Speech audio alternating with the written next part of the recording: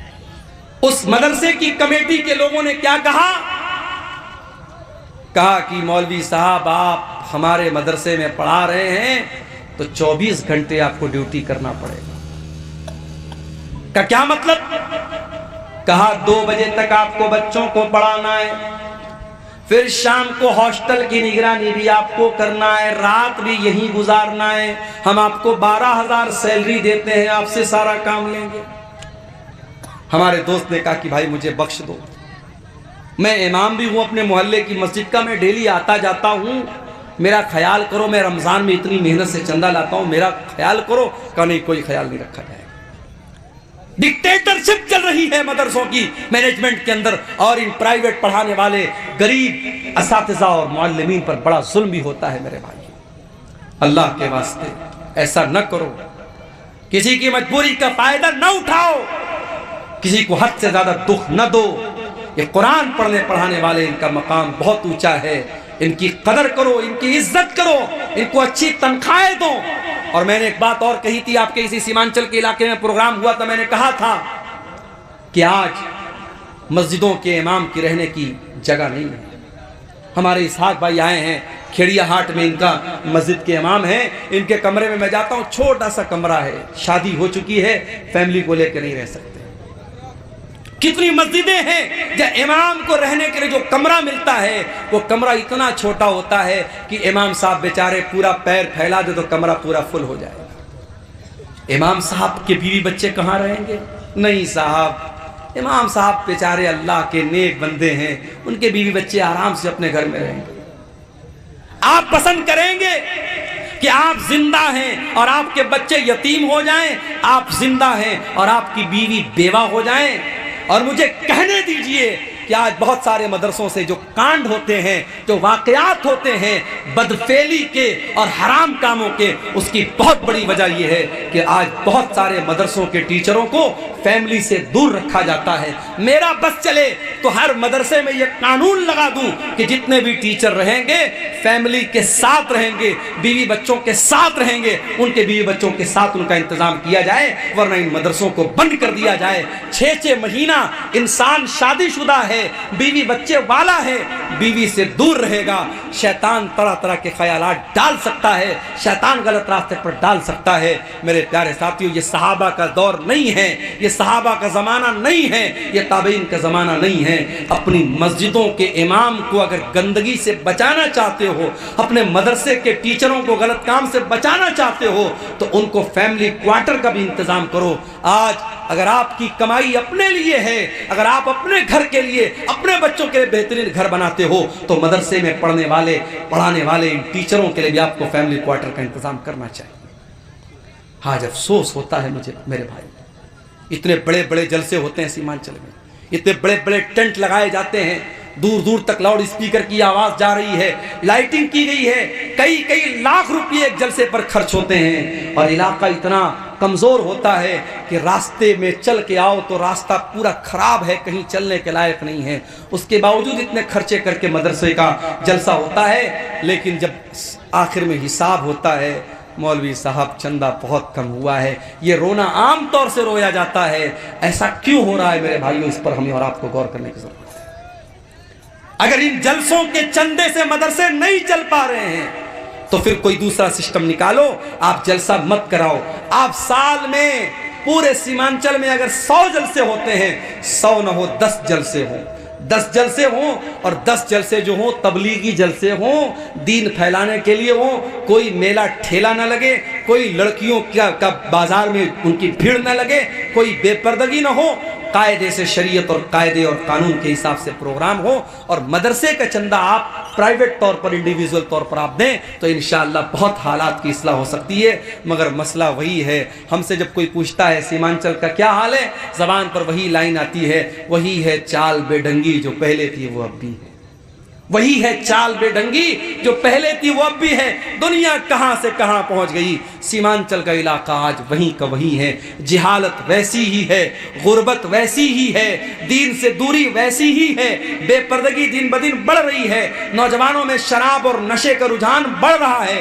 میرے پیارے ساتھیوں، آؤ قرآن پر میں نے پوری تقریر قرآن پر کی ہے۔ ایک بڑی خاص بات اور آخری بات بیان کر کے بات ختم کروں گا کہ قرآن پر عمل بھی ہمیں اور آپ کو کرنا ہے۔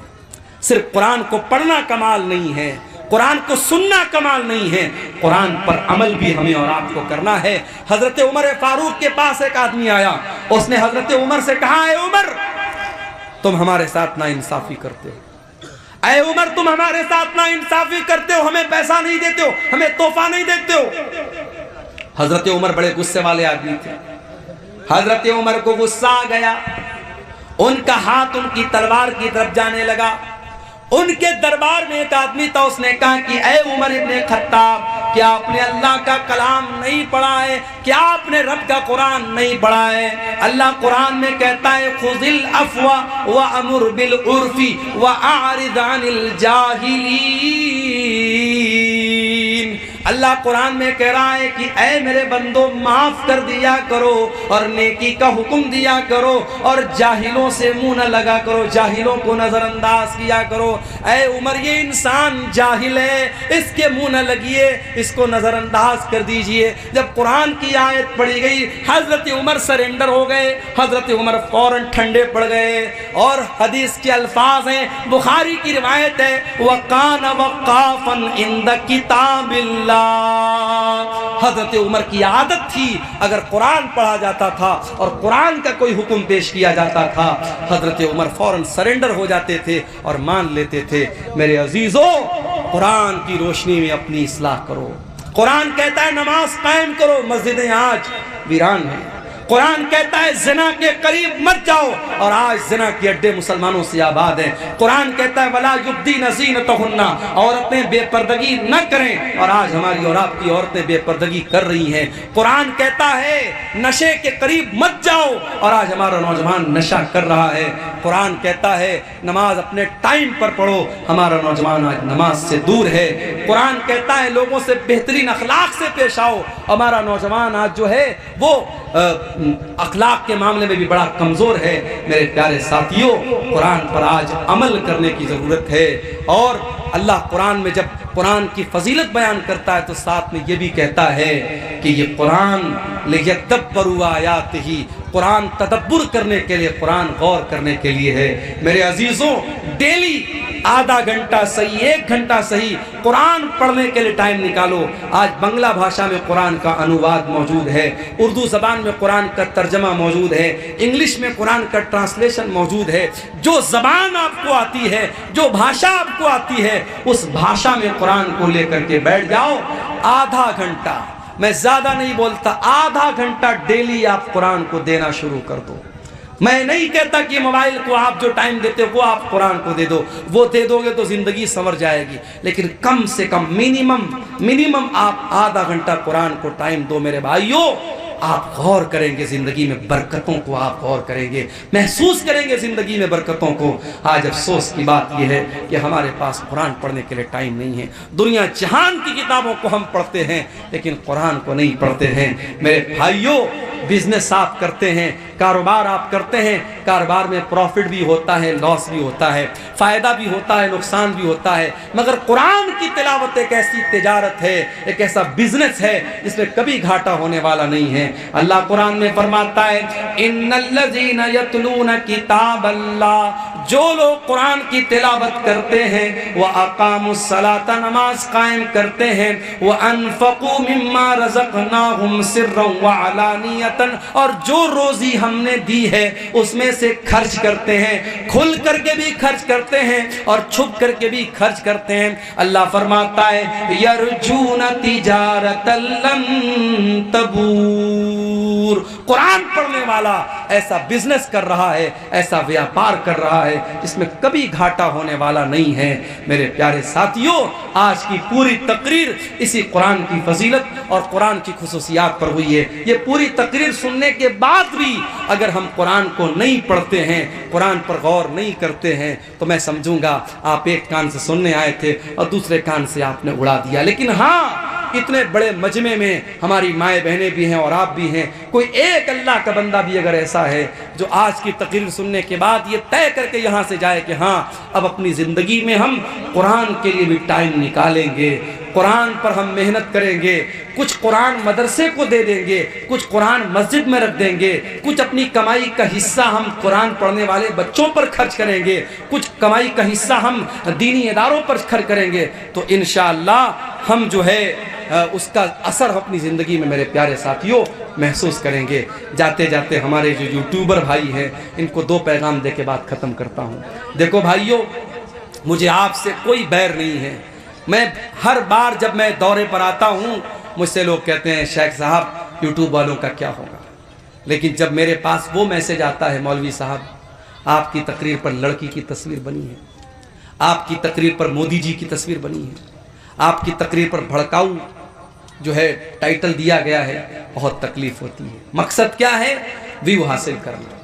آپ ویو حاصل کرنے کے لیے پراپر طریقہ اپنائیے، تھمبنیل خوبصورت بنائیے اور آپ جو ہے اچھا سا ٹاپک دے دیجئے، لیکن کوئی غلط راستہ مت اپنائیے۔ کچھ چینل والے سدھرے ہیں مگر چونکہ یہاں سینکڑوں کی تعداد میں ہیں، اب میں کس کس کو پہچانوں گا؟ میرے پاس کوئی آئی ڈی کارڈ تو نہیں کہ میں پہچانوں کہ کون سا کیمرہ کس چینل والے کا ہے۔ اب یہ کل جب تقریر کو ڈالیں گے، اور تقریر ہی ہے بھائی، زبان سے کوئی بات نکل سکتی، میں تو بہت احتیاط کرتا ہوں، پھر بھی کوئی ایسی بات نکل سکتی ہے جو نہیں نکلنی چاہیے، آپ اس بات کو بھی ڈال رہے ہو۔ ایک تقریر میں نے کہا کہ میں مدرسے میں ٹیچر ہوں، سرکاری ٹیچر ہوں، اس بات کو بھی ریکارڈ کر کے لوگوں نے ڈال دیا۔ آپ اتنی کامن سینس تو ہونی چاہیے، سمجھداری تو ہونی چاہیے کہ ہمیں کیا ڈالنا ہے کیا نہیں ڈالنا ہے۔ تو ایک بات تو میں یہ کہوں گا کہ آپ اللہ کے واسطے جب آپ یوٹیوب پر تقریر کو اپلوڈ کریں تو آپ الٹی سیدھی باتیں، مولانا صاحب نے لڑکی کا واقعہ بیان کیا، میاں بیوی کا واقعہ، میاں بیوی یعنی بالی ووڈ کے کسی فلم کا سین اٹھا کے ڈال دیا تھمبنیل میں، مولانا صاحب نے میاں بیوی کے بارے میں کیا بیان کیا۔ مجھے گالیاں سننے کو پڑتی ہیں، کمنٹ میں لکھا رہتا ہے کہ عبدالغفار صاحب یہ کیا کریں، ان کو کیا پتا ان کا چینل ہے کس کا چینل ہے۔ اس لیے میرے بھائی آپ اللہ کے واسطے آپ ایسا کام نہ کیجئے، تھمبنیل گڑبڑ سبڑ مت لگائیے۔ دوسرا کام، یہ پروگرام جو ہوا ہے، جلسے والوں نے بڑی محنت سے پروگرام رکھا ہے، آپ تمام حضرات جو بھی چینل والے ہیں، کچھ نہیں، جو بھی منیمم اماؤنٹ آپ جو دے سکتے ہیں، جو آپ کے اوپر بہت بوجھ نہ پڑے، آپ اس ادارے کو تعاون کر کے جائیں۔ شیخ توحید صاحب بھی بیان کر کے گئے ہیں، ادارہ بہت پرانا ادارہ ہے اور اس لائق ہے کہ ہم اس ادارے کا تعاون کریں۔ اللہ تعالی ہم سب کو اس کی توفیق عطا فرمائے، کہنے سننے سے زیادہ اللہ تعالی ہم سب کو عمل کی توفیق عطا فرمائے۔ رب العالمین قرآن کریم کو ہمارے سینوں کا قرار بنا دے، ہمارے دلوں کی بہار بنا دے، ہماری آنکھوں کا نور بنا دے، اور ہمیں قرآن کریم سے اپنا تعلق جوڑنے کی توفیق عطا فرمائے۔ آمین۔ وآخر دعوانا الحمدللہ رب العالمین۔